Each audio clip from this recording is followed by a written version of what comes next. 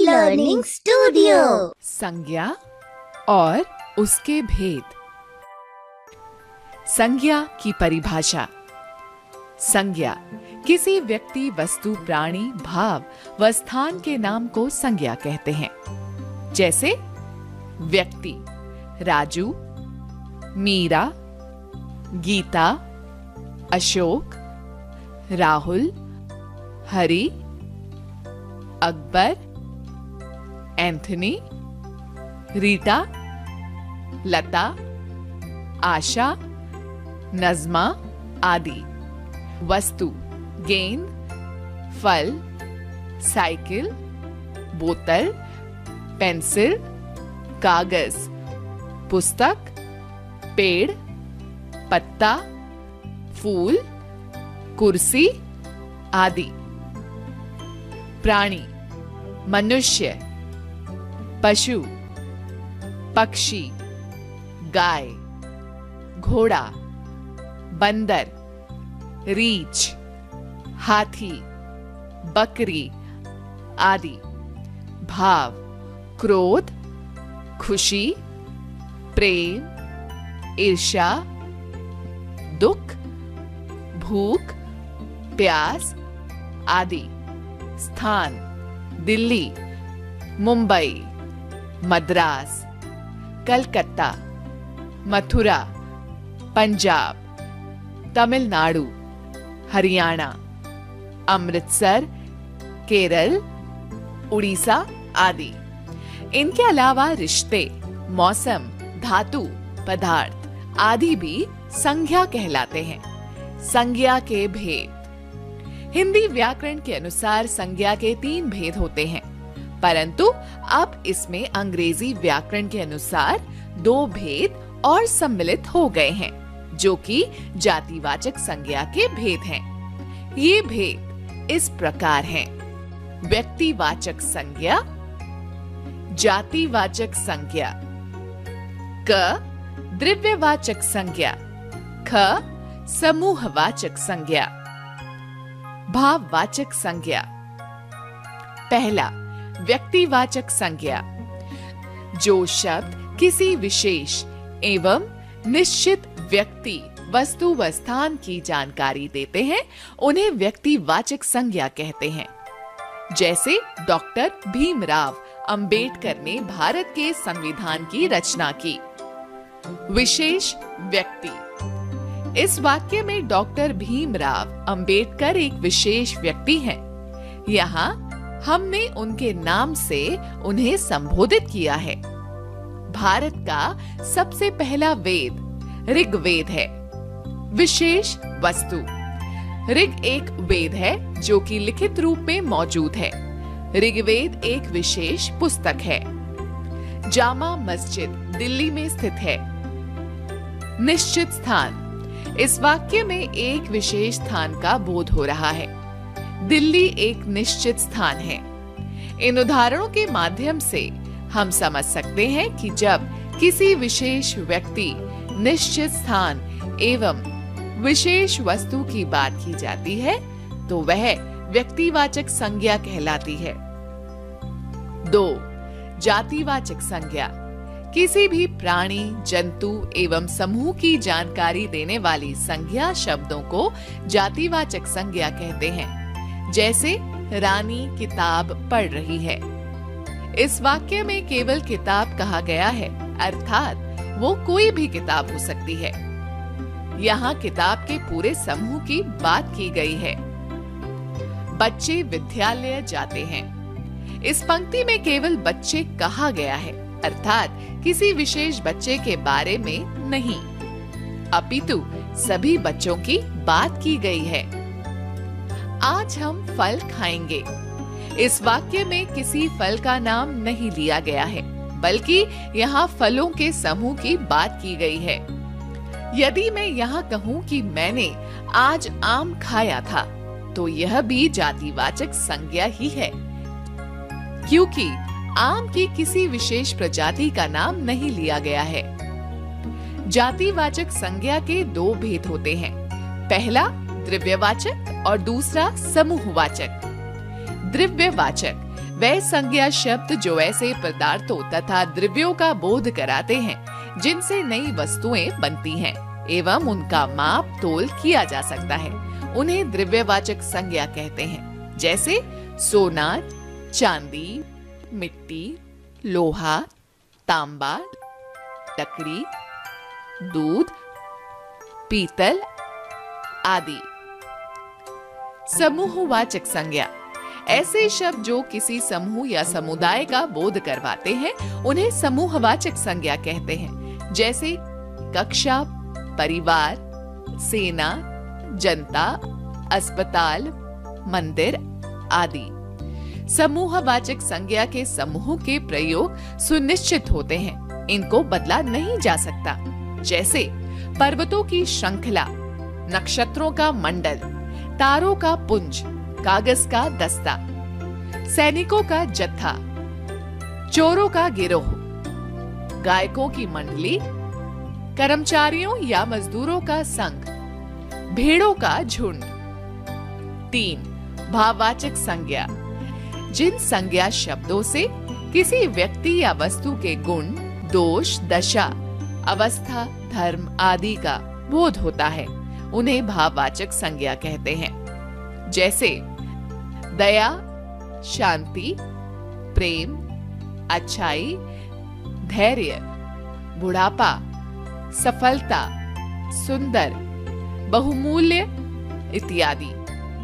भाववाचक संज्ञा में उन गुणों का बोध होता है जिसका अनुभव हमारा मन या हृदय करता है, किंतु हम उन्हें ना तो देख सकते हैं ना ही स्पर्श कर सकते हैं। जैसे क्रोध, आक्रोश, मिठास, शत्रुता, मित्रता आदि। भाववाचक संज्ञाएं 4 प्रकार के शब्दों से बनाई जा सकती है। इसके कुछ उदाहरण इस प्रकार हैं। जातिवाचक संज्ञा से मित्र, मित्रता, मनुष्य, मनुष्यता, मजदूर, मजदूरी, देव, देवत्व, ममता, ममत्व, चोर, चोरी। सर्वनाम शब्दों से स्व, स्तव, अपना, अपनापन, निजी, निजता, अहम, अहंकार, पराया, परायापन, सर्व, सर्वस्व। विशेषण शब्दों से वीर, वीरता, खट्टा, खटास, आलसी, आलस्य, चालाक, चालाकी, गहरा, गहराई, गरम, गरमाई। क्रिया शब्द से थकना, थकावट, जीतना, जीत, हंसना, हंसी, सींचना, सिंचाई, लिखना, लिखाई, देखना, दिखावट। सर्वनाम। सर्वनाम की परिभाषा संज्ञा के स्थान पर इस्तेमाल होने वाले शब्दों को सर्वनाम कहते हैं। सरल शब्दों में सर्व, सब, नामों, संज्ञाओं के बदले जो शब्द आते हैं उन्हें सर्वनाम कहते हैं। जैसे मैं, तू, वह, आप, कोई, यह, ये, वे, हम, तुम, कुछ, कौन, क्या, जो, सो, उसका आदि। सर्वनाम की आवश्यकता। मैं, तू, वह, आप, कोई, यह, ये, वे, हम, तुम, कुछ, कौन, क्या, जो, सो, उसका आदि सर्वनाम शब्द हैं। अन्य सर्वनाम शब्द भी इन्हीं शब्दों से बने हैं जो लिंग, वचन, कारक की दृष्टि से अपना रूप बदलते हैं। संज्ञा के बार बार प्रयोग से वाक्य का सौंदर्य नष्ट हो जाता है। सर्वनाम शब्दों के प्रयोग से इस दोष को दूर किया जा सकता है और वाक्य का सौंदर्य भी बना रहता है। उदाहरण, सीता कल गांव जा रही है। सीता ने अपना सारा सामान बांध लिया है। सीता अपनी बड़ी बहन के साथ जाएगी। सीता ने गांव के बारे में बहुत कुछ सुना है। सीता का बहुत मन था गांव जाने का। उपयुक्त उदाहरण में सीता नाम का लगातार इस्तेमाल हुआ है, जो कि काफी अटपटा लग रहा है। साथ ही गांव शब्द भी दोहराया गया है। इन शब्दों के स्थान पर सर्वनाम शब्द का उपयोग कर सकते हैं, जो सुनने और पढ़ने में सही लगेंगे। जैसे सीता कल गांव जा रही है। उसने अपना सारा सामान बांध लिया है। वो अपनी बड़ी बहन के साथ जाएगी। उसने वहां के बारे में बहुत कुछ सुना है। उसका बहुत मन था वहां जाने का। उसने, वो, वहां, उसका, ये सभी सर्वनाम शब्द हैं, जो संज्ञा यानी सीता और गांव के स्थान पर प्रयोग हुए हैं। दूसरा, सर्वनाम शब्दों के इस्तेमाल से हम आदर और अनादर के भाव को व्यक्त करते हैं। जैसे आप आदर के लिए प्रयोग होता है और तू अनादर के लिए। सर्वनाम शब्द आश्रित वाक्यों को प्रधान वाक्यों से जोड़ने का कार्य भी करते हैं। जैसे वह सुंदर नृत्य करती है, सो उसे उपहार दिया गया। यहाँ वह सुंदर नृत्य करती है को सो शब्द उसे उपहार दिया गया इस वाक्य से जोड़ने का कार्य कर रहा है। लिंग, जिससे किसी के पुरुष जाति और स्त्री जाति के होने का बोध होता है, उससे लिंग कहा जाता है। इसमें केवल कोई व्यक्ति नहीं होता, अपितु पशु, पक्षी, वस्तुएं भी सम्मिलित हैं। जैसे पिताजी आज बाहर गए हैं। पेड़ हवा से गिर गया। माँ कपड़े धो रही है। तुम्हारी घड़ी कहाँ है? दादी रामायण पढ़ रही है। भैया काम पर गए हैं। इन सभी वाक्यों में पिता, पेड़, भैया शब्द से पुरुष जाति का बोध हो रहा है और दादी, घड़ी, माँ शब्द से स्त्री जाति का बोध हो रहा है। लिंग दो प्रकार के होते हैं, पुल्लिंग और स्त्रीलिंग। पुल्लिंग, जिन शब्दों से पुरुष जाति का बोध होता है, उन शब्दों को पुल्लिंग कहा जाता है। जैसे पिता, राजा, घोड़ा, कुत्ता, बंदर आदि। उदाहरण, पर्वत बहुत ऊंचा है। सभी का बचपन बहुत सुंदर होता है। जहाज डूब गया है। ये डब्बा मेज पर रख दो। स्त्रीलिंग, जिन शब्दों से स्त्री जाति का बोध होता है, उन शब्दों को स्त्रीलिंग कहा जाता है। जैसे लकड़ी, बकरी, माता, रानी, जूं आदि। उदाहरण, उसकी तो खटिया खड़ी हो गई। किताब बहुत पुरानी है। धूप निकल गई है। यह सीता की बंदूक है। हम स्त्रीलिंग से पुल्लिंग और पुल्लिंग से स्त्रीलिंग शब्द बना सकते हैं। कैसे? आइए देखते हैं।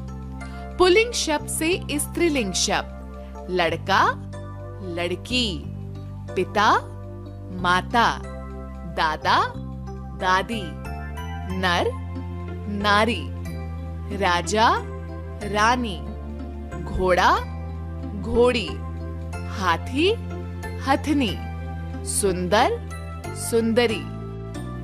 स्त्रीलिंग शब्द से पुल्लिंग शब्द चूहिया, चूहा, सुनारिन, सुनार, मालिन, माली, बेटी, बेटा, मालकिन, मालिक, सेठानी, सेठ, इंद्राणी, इंद्र, नौकरानी, नौकर। वचन। आओ बच्चों, अब हम वचन के बारे में जानते हैं कि वचन क्या होते हैं और हम इनका इस्तेमाल कैसे करते हैं। मोहन के पास एक बिल्ली है। रोहन के पास 5 बिल्लियां हैं। इन दोनों में आपको क्या अंतर दिखाई दे रहा है? चलो मैं बताती हूँ कि इनमें क्या अंतर है। मोहन के पास केवल एक बिल्ली है, और रोहन के पास 5 बिल्लियां हैं। मतलब दोनों वाक्यों में बिल्ली की संख्याओं का पता चल रहा है। तो शब्द के जिस रूप से संख्या का बोध हो उसे वचन कहते हैं। अर्थात शब्द के जिस रूप से उसकी संख्या में एक या एक से अधिक होने का पता चलता हो उसे वचन कहते हैं। जैसे लड़का, लड़के, पत्ता, पत्ते, बूंद, बूंदे, मैं, हम, रस्सी, रस्सियां। वचन के भेद। हिंदी व्याकरण में वचन के 2 भेद होते हैं, एक वचन और बहुवचन।